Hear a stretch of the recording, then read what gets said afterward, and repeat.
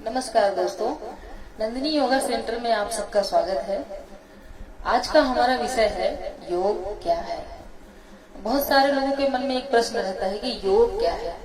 मतलब नॉर्मल जो कसरत करते हैं, एक्सरसाइज करते हैं, ब्रीदिंग एक्सरसाइज हो या जिम जाते हैं, लोग उसी को योग मान लेते हैं, जबकि योग वह नहीं है।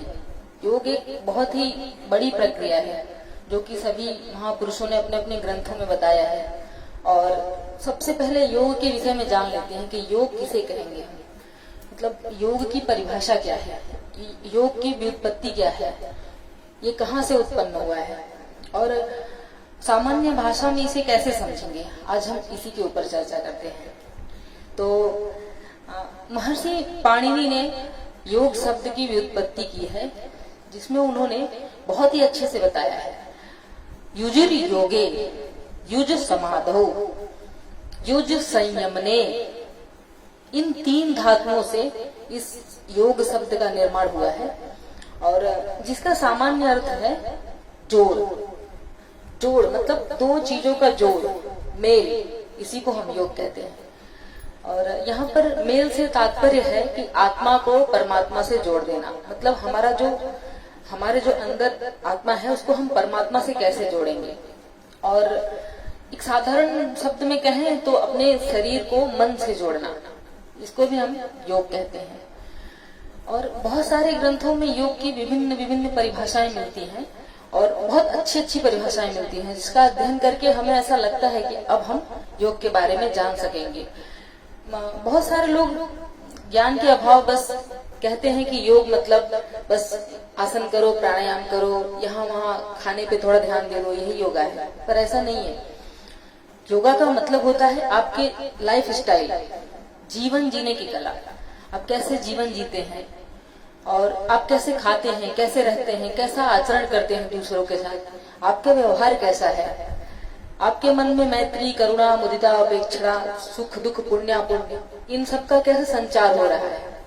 इन सब बातों को ध्यान में रखते हुए बहुत सारे ऋषि मुनि, हमारे जो पतंजलि हैं, जिनको योग के प्रेरिता मानते हैं, ये सब लोग जो है योग को एक अच्छी परिभाषा दी है। मैं चाहती हूँ कि मैं अपने वीडियो के माध्यम से वो सारी परिभाषाएं जो मैंने पढ़ी है, जो मेरे रिसर्च में मैंने पाया है, वो सब मैं आप सबके सामने प्रस्तुत करूँ। आशा है कि आप लोग इस परिभाषा को सुनेंगे और योग के बारे में जो भी आप लोगों की भ्रांति है वो सब दूर हो जाएगा। और आप लोग भी खुद इन सब ग्रंथों का अध्ययन करके, हमारे जो पुराने ग्रंथ हैं, इन सब का हमें उद्धार करना है कि हम कैसे अपने ग्रंथों का उद्धार करेंगे, किस तरह से हम अपने जो हमारे ऋषि मुनि लिखे हैं उन सबको पढ़ के उनको जीवंत रखेंगे। तो आप लोगों को मैंने बता दिया कि योग का मतलब होता है जुड़ना, मतलब जोड़। अब पतंजलि योग सूत्र में, योग सूत्र नामक एक ग्रंथ है जो कि सिर्फ योग के बारे में उसमें चर्चा है। और उसके जो है पहले अध्याय के दूसरे श्लोक में महर्षि पतंजलि ने योग के विषय में कहा है। बहुत ही अच्छी परिभाषा उन्होंने दिया है और बहुत सरल है, सभी को समझ में आ जाता है। भले यह संस्कृत में है, लेकिन सामान्य जो हिंदी बोलने वाले हैं उनको भी यह परिभाषा एकदम आराम से समझ में आ जाता है। उन्होंने ये परिभाषा देते हुए कहा है, योगस् चित्त वृत्ति निरोध। योगस् चित्त वृत्ति निरोध, इसका मतलब होता है अपने चित्त की वृत्तियों का, जो हमारे निरंतर प्रवाहमान वृत्ति है, उनका रोक देना, निरोध, यही योग है। बहुत बड़ी परिभाषा है। इसको पढ़ने के बाद एक मन में ऐसा लगता है कि हाँ, हमारी वृत्तियां रोकी जा सकती हैं। मुझे तो यह परिभाषा बहुत पसंद है। मैंने इसके अर्थ को पढ़ा है। कम से कम महर्षि पतंजलि ने कम से कम 2 से 2.5 पेज में इसकी व्याख्या की है और वो सारी व्याख्या यहाँ पर बताना मुश्किल है। मैं किसी दिन किसी नए वीडियो में इसकी व्याख्या करके बताऊंगी। सूत्रों को भी मैं एक एक सूत्र को व्याख्या करके बताऊंगी, क्योंकि बहुत काम की चीज है।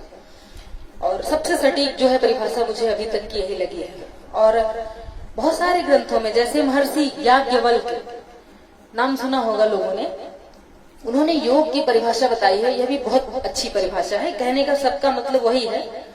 किसी ने थोड़ी बात को घुमा दी है और किसी ने थोड़े शब्दों में कह दिए। तो यहाँ पर भी महर्षि याज्ञवल्क्य जी कहते हैं, संयोग योग इत्युक्तो जीवात्म परमात्मनो। संयोग योग इत्युक्तो जीवात्म परमात्मनो। इनके कहने का मतलब है जीवात्मा और परमात्मा के संयोग की जो अवस्था है उसको योग कहते हैं। संयोग, यहाँ पर भी वही बात है, जैसे वो उन्होंने कह दिया कि जोड़, और यहाँ पर है संयोग। यहाँ पर भी मिलन की ही बात हो रही है, मेल। बहुत अच्छी परिभाषा है यह भी, और याद करने योग्य परिभाषा है। इसी तरह से रांगेय राघव करके एक महाकाव्य है, इसके बारे में मैंने कहीं पर ढूंढा था। जब मैं इस टॉपिक के ऊपर रिसर्च कर रही थी, मैं अपना एक पेपर बना रही थी, रिसर्च पेपर मुझे लिखना था, तो मैंने एक परिभाषा, बहुत ही अच्छी परिभाषा पाई और मैं बहुत खुश हुई उसको पाके। कि रांगेय राघव नाम के, बहुत दिन पहले मुझे याद है कि 12वीं वगैरह में मैंने इस रांगेय राघव का नाम सुना था पिताजी के मुख से। पिताजी का बहुत सब ग्रंथों का अध्ययन करते थे, तो उन्होंने एक बार मुझे बताया था कि रांगेय राघव करके है, क्या तुमने देखा है, पढ़ा है? तो उन्होंने इसके बारे में मुझे समझाया था